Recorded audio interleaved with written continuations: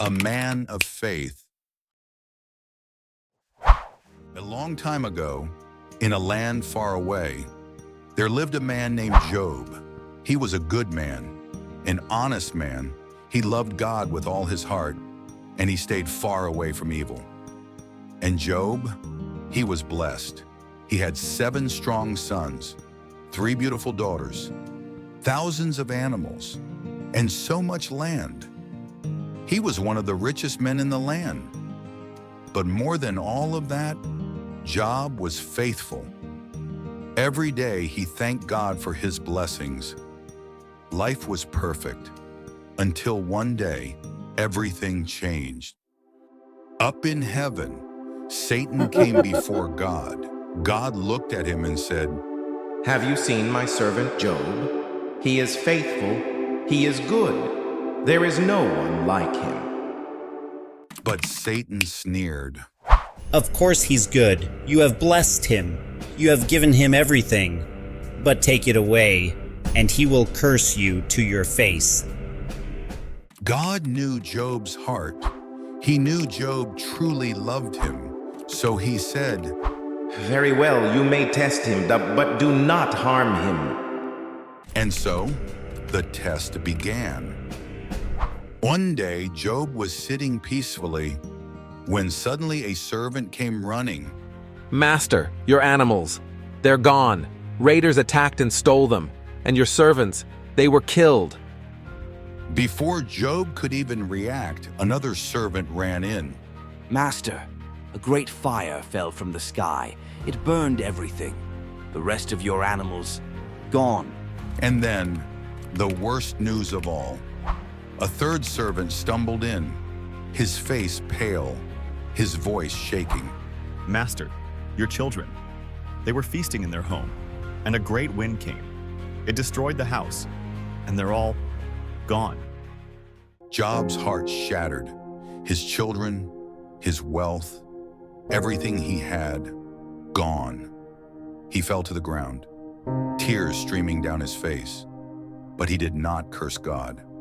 Instead, he whispered, "The Lord gave me everything, and the Lord has taken it away. Blessed be the name of the Lord." Satan strikes again. Satan was furious. He went back to God and said, Job still praises you, but take away his health, and he will curse you. God replied, "You may test him, but do not kill him." So Satan struck Job with painful sores from his head to his feet.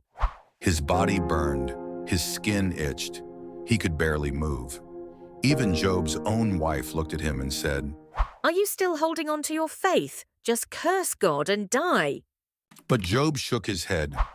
"No, we accept good from God. Should we not also accept suffering?" Job refused to turn against God. Job's friends come to help, or do they? 3 of Job's friends came to visit him. When they saw him, they were shocked. Their strong, wealthy friend was now weak, sick, and sitting in the dirt. For 7 days they sat with him, saying nothing. Then they finally spoke. But instead of comforting him, they said, "Job, this must be your fault.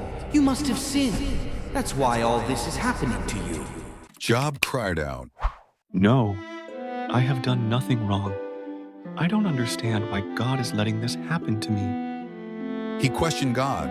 He pleaded for answers, but he never turned against him. Then suddenly, a great storm rolled in. The wind howled, the ground shook, and then God spoke. "Job, where were you when I made the world? Did you tell the sea where to stop? Can you command the stars in the sky? Do you understand my ways?" Job fell to his knees. He realized God is greater than he could ever understand. With a humble heart, Job whispered, "Lord, I am sorry. I know you can do all things. I trust you." Because Job remained faithful, God blessed him again. His health returned. He became wealthier than before.